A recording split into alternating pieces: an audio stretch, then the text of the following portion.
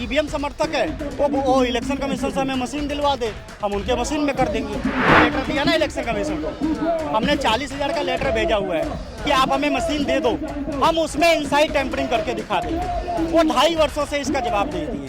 जो प्रोग्रामर ये प्रोग्राम लिखा है वो वोट की चोरी का प्रोग्राम लिख सकता है, तो बिना इंटरनेट वाईफाई के वोट चोरी हो सकती है। लेकिन तो लाइट सेंसर इस तरीके से आपके वोट को सेंस करके चुरा सकता है। मतदाता अगर पर्ची कट के गिरने से पहले चला गया तो इस तरीके से वो वोट बदल।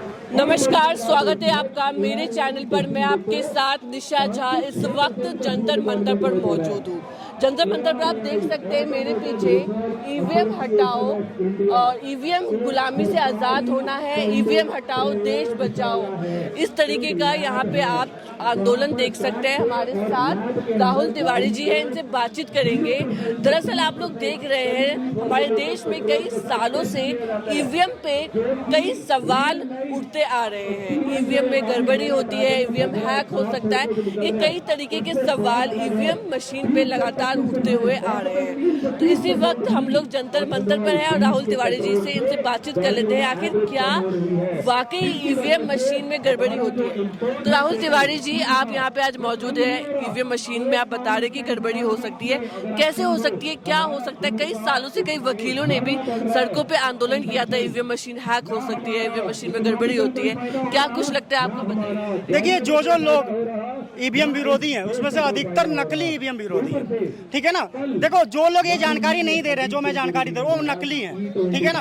क्या जरूरी चीज क्या है? मतदाताओं को बताना चाहिए कि असली ईवीएम तो 2010 में ही हैक हो चुका है। हरिप्रसाद जी ने असली ईवीएम को सहारा समय न्यूज चैनल पर, राष्ट्रीय न्यूज चैनल पर असली ईवीएम में रिमोट कंट्रोल द्वारा वोट चोरी करके दिखा दिया था। कांग्रेस की सरकार थी, कांग्रेस ने जेल में डाल दिया उनको। जो कांग्रेस को लोग बोलते हैं ईवीएम विरोधी है, बल्कि मैं उसे नकली ईवीएम विरोधी बोलता हूँ। उनकी वजह से ही भारत में शायद ईवीएम जिंदा है, ठीक है ना। और इसके बाद देखो, 2017 में इलेक्शन कमीशन ने वीवीपैट के पारदर्शी कांच को बदलकर गहरा काला कांच किया है। ये 96 करोड़ लोगों को दिख रहा है, मतलब इसके पीछे कोई सफेद नीयत तो नहीं हो सकती है ना। और इसमें लाइट सेंसर लगा है। काला कांच और लाइट सेंसर की मदद से किस तरीके से वोटों की चोरी हो सकती है, हम दिसंबर 2019 से लगातार भारत में लोगों को दिखा रहे हैं। हम यहाँ पे हर दूसरे सप्ताह यहाँ पे डेमो रखते हैं। तो काले कांच वाला demo machine SP Ajay Sharma ji ने लाने से मना कर दिया है। तो मैं अभी आपको लाइट सेंसर से दिखाऊंगा कि ईवीएम का वीवीपैट में जो लाइट सेंसर लगा है वो किस तरीके से वोटों की चोरी में मदद कर सकता है। मैं आपको अभी दिखाता हूँ। देखिए, आप यहीं पे रहिएगा।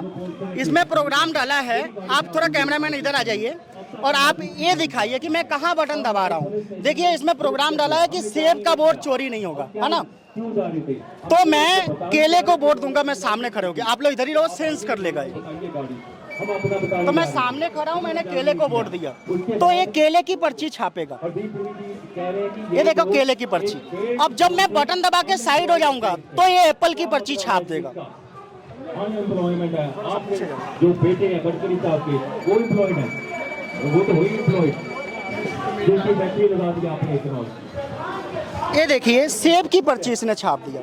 तो लाइट सेंसर इस तरीके से आपके वोट को सेंस करके चुरा सकता है। मतदाता अगर पर्ची कट के गिरने से पहले चला गया तो इस तरीके से वो वोट बदल सकता है उसका। तो लाइट सेंसर इस तरीके से आपके वोट को सेंस करके चुरा सकता है। मतदाता अगर पर्ची कट के गिरने से पहले चला गया तो इस तरीके से वो वोट बदल सकता है उसका, ठीक है ना। और काला कांच के पीछे लाइट जला के दिखा देगा। जब तक लाइट जलेगी तब तक आपको दिखेगा कि लाइट बंद होती है, आपका वोट कहाँ गया कोई पता नहीं।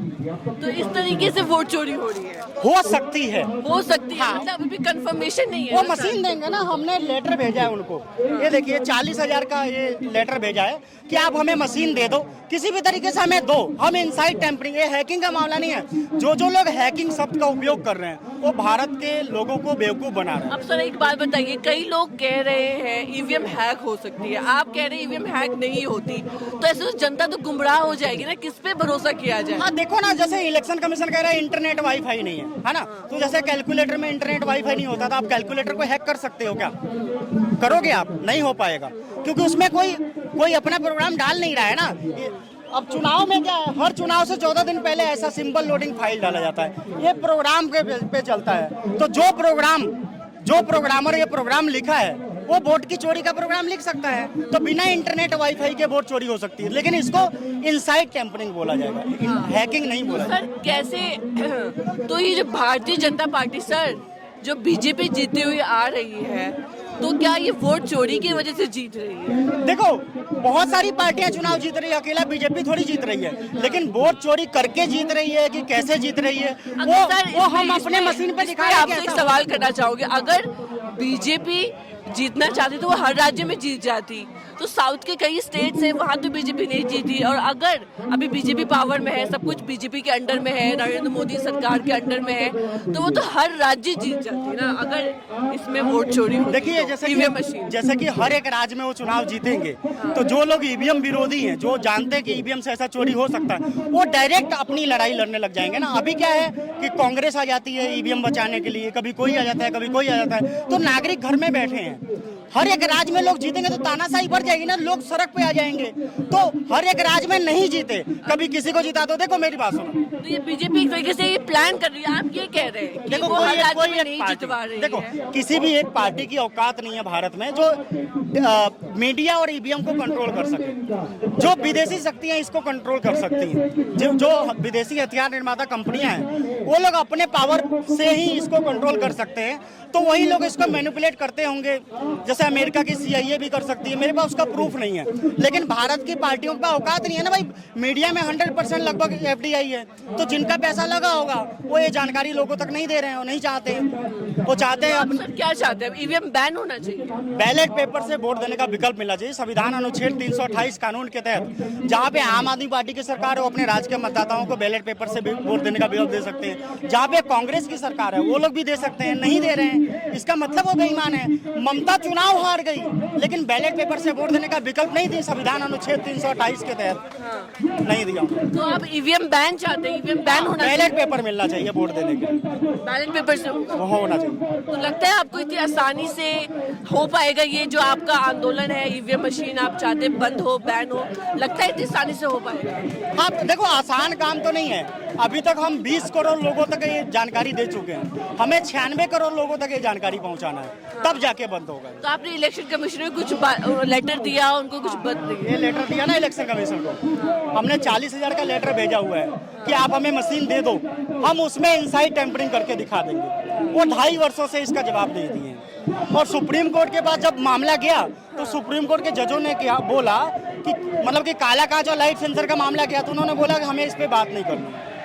तो हम लोग जन आंदोलन कर रहे हैं। तो जन आंदोलन करने की आप लोग तैयारी कर रहे हैं, तो 2.5 वर्षों से आपने जो लेटर इलेक्शन कमीशन को भेजा उसका जवाब नहीं आया, तो क्या लगता है कि आने वाले समय में कैसे इलेक्शन कमीशन आपको जवाब देगी और जनता का आपको जनादेश, आपको समर्थन मिले? देखो 20 करोड़ लोगों ने मशीन से डेमो देखा, तो मोदी जी 400 पार नहीं कर पाए। कांग्रेस सुनने में आया, प्रूफ नहीं है, कि प्रेस कॉन्फ्रेंस करके अपने MLA अपने नेताओं को बोल रही है कि ईवीएम पे बात मत करो। मतलब कांग्रेस को SIR में घुसा दिया, जो कि 5, 1, 2, 3, 4% चोरी हो सकती है। इससे मैंने आपको 30% से ज्यादा का चोरी का प्रूफ दिखा दिया। ये बड़ा मामला है ना।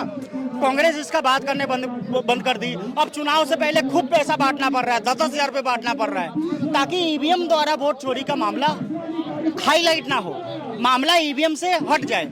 तो उनको बहुत पैसा, बहुत मेहनत करना पड़ रहा है। आप ये बताइए, कांग्रेस भी ईवीएम को बचा रही है, ठीक है, आप कहना चाह रहे हैं, बीजेपी भी ईवीएम को बचा रही है, तो कांग्रेस क्यों चाहेगी कि ईवीएम बचे? हाँ, क्योंकि कांग्रेस के मैनिफेस्टो में लिखा है कोई ईवीएम में सुधार चाहते हैं, बैलेट पेपर नहीं चाहते। अच्छा, तो आपको लगता है कि आने वाले समय में उत्तर प्रदेश में विधानसभा चुनाव होने वाला है, तो बैलेट पेपर से चुनाव हो पाएगा? देखो हम तो डेमो दिखा रहे हैं, और बाकी सभी लोग मुझे नहीं लगता कि राइट इन्फॉर्मेशन दे रहे हैं। हम ही लोग सही जानकारी पहुंचा रहे हैं, और हमारी क्षमता भी बहुत कम है, तो ज्यादा लोग जुड़ेंगे, ज्यादा हमें सहायता मिलेगा। तो ये अब तो देखो ना, ये 2500 का प्रिंटर आ जाता है, मोबाइल का एप्लीकेशन मैं फ्री में दे दूंगा आपको। आप इससे डेमो दिखाओ, जितने ज्यादा लोग अपने क्षेत्र में डेमो दिखाएंगे उतना जल्दी ये ईवीएम ये सिर्फ वो होगा कि इसकी वजह से आप इस डेमो की वजह से जनता आप पे भरोसा जता पाएगी? बिल्कुल ना। देखो लाइट सेंसर इस तरीके से वोट चोरी कर सकता है, तो उस मशीन में भी तो लाइट सेंसर लगा है, वो भी तो कर सकता है।